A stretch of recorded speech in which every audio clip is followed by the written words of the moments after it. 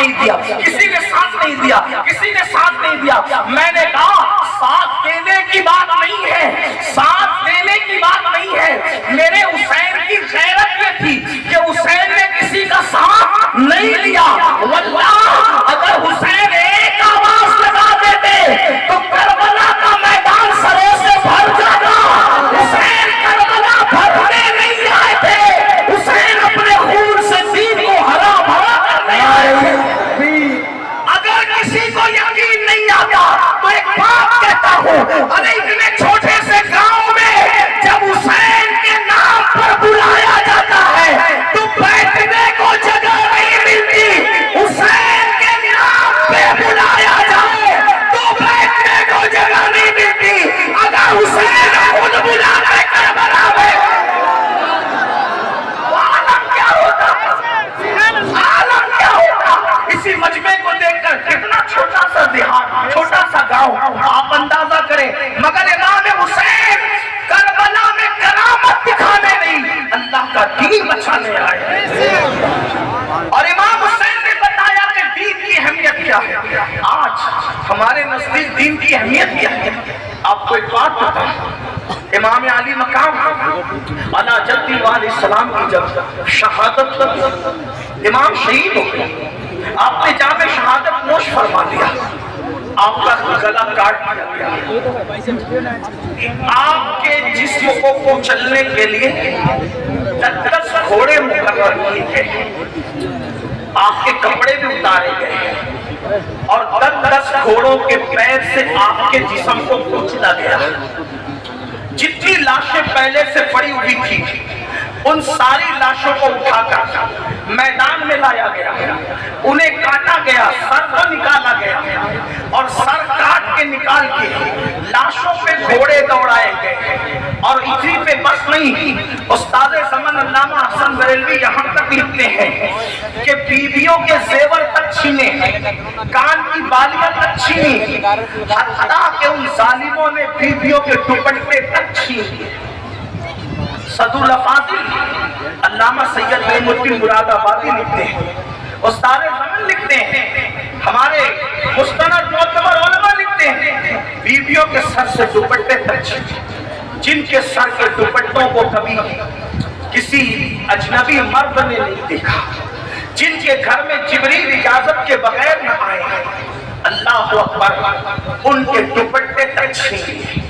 سیدہ شہزادی سکینہ جس کی عمر شریف صرف 7 سال کی تھی, کتنی, صرف 7. سیدہ سکینہ کے چہرے پہ تماچے تھے. آپ غور فرمائیں, چھوٹے چھوٹے بچے یتیم ہیں, بیویاں بیوہ ہیں, کٹی پٹی لاشیں پڑی ہوئی ہیں, لاشوں پہ گھوڑے دوڑ چکے ہیں. تھوڑا تصور میں لاؤ, یہاں بیٹھنے کی بجائے تصور میں کربلا چلو اور سوچو اور غور کرو. جب اپنے شوہر کی, اپنے بھائیوں کی, اپنے بھتیجوں کی, اپنے بیٹوں کی, اپنے بھانجوں کی لاشوں پر گھوڑے دوڑتے ہوئے اور ان لاشوں کو کچلتے ہوئے ان خواتین نے دیکھا ہوگا تو ان کے دل کتنے چھلنے ہوئے ہوں گے.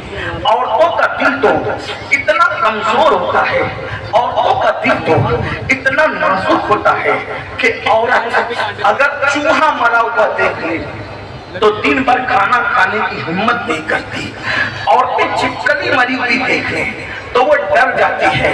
محلے میں اگر کسی ایک کا ایکسیڈنٹ ہو جائے نوجوان کا تو پورا محلہ غم میں ڈوب جاتا ہے.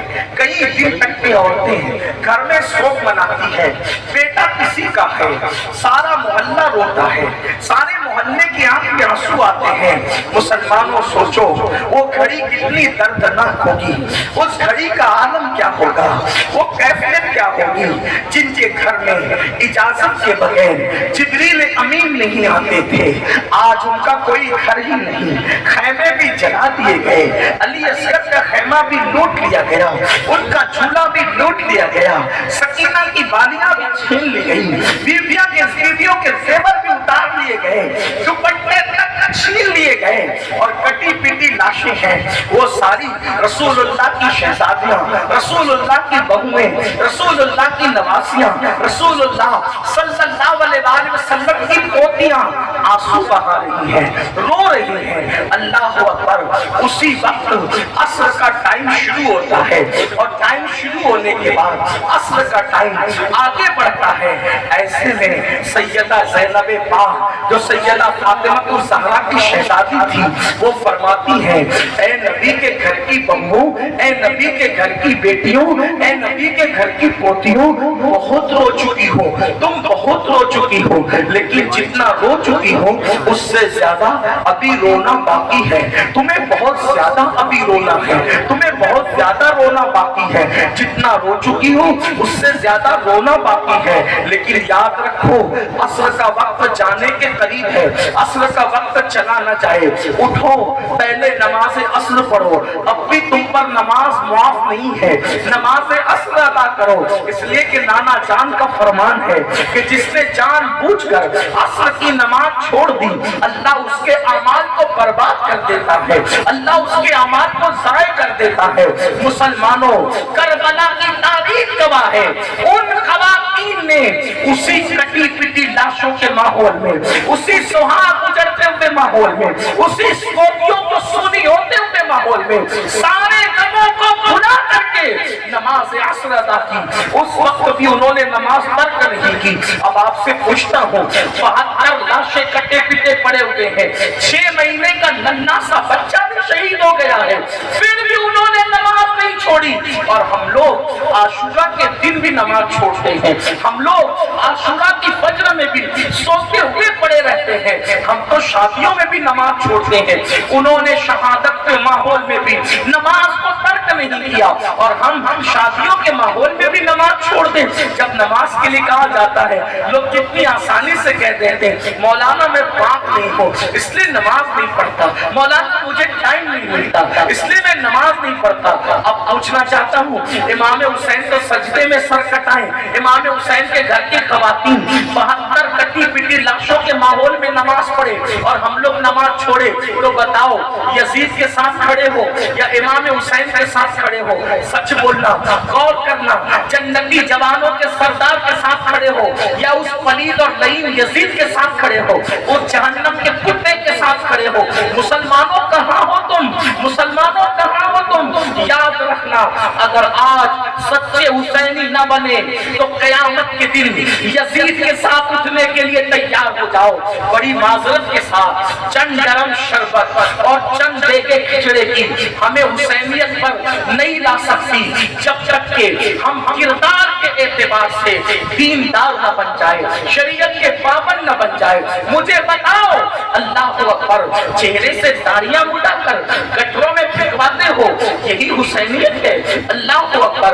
यजीद दीन पामाल कर रहा था, हुसैन पाक को दीन बचाने गए थे और हमारे पास दीन कहाँ महफूज है? आज हर बंदा नारा लगाता है, दीन बचाओ, दीन बचाओ, और इस्लाम का परचम पूरी दुनिया में लहरा देंगे।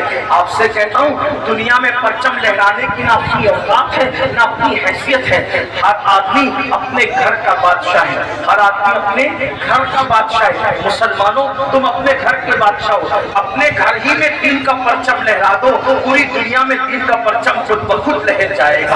अपने घर में दीन नाफिज करो। सही बोलना, ईमान वालों, अपने दिलों पर हाथ रख करके सोचो, क्या अपने घर में दीन महफूज है? बताओ, क्या अपने घर में दीन महफूज है? हमारे बच्चों को हम सुबह 5 बजे, सुबह 6 बजे स्कूल जाने के लिए तो उठाते हैं, क्या हम अपने बच्चों को फजर की नमाज के लिए भी उठाते हैं? मुझे बताओ, हमारे घर में दीन महफूज है? हमारी बच्चियां आधी आधी अस्तीन के कपड़े पहनती है और कोचिंग में जाती है और स्कूल में जाती है, घुटने के ऊपर चड्डियां पहनकर हमारी बच्चियां स्कूलों में जाती है, बेपर्दा हमारी बच्चियां कॉलेजेस में जाती है। बताओ, अपने घर में दीन महफूज है? हमारे घर में हमारी बीवियां, हमारी बेटियां, हमारी बहनें, हम खुद जो है एक साथ सेना का सीरियल लगा करके पूरी फैमिली के साथ देख रहे होते हैं। हमारे घर में दीन महफूज है? हमारी फ्रिजों के अंदर शराब पड़ी हुई है, हमारे घर में दीन महफूज है? जो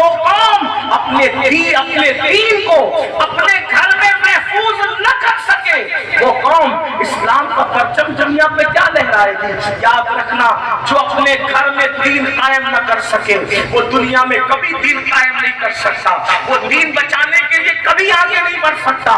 کھوکھلے نعرے، نقلی میمورنڈم اور احتجاجی دھرنے کبھی دین کا بھلا نہیں کر سکتے جب تک کہ ہم خود دین پر عمل نہ کریں. ایک بات آپ کو بتاؤں، امام حسین نے دین بچایا لیکن امام حسین کی پرسنل لائف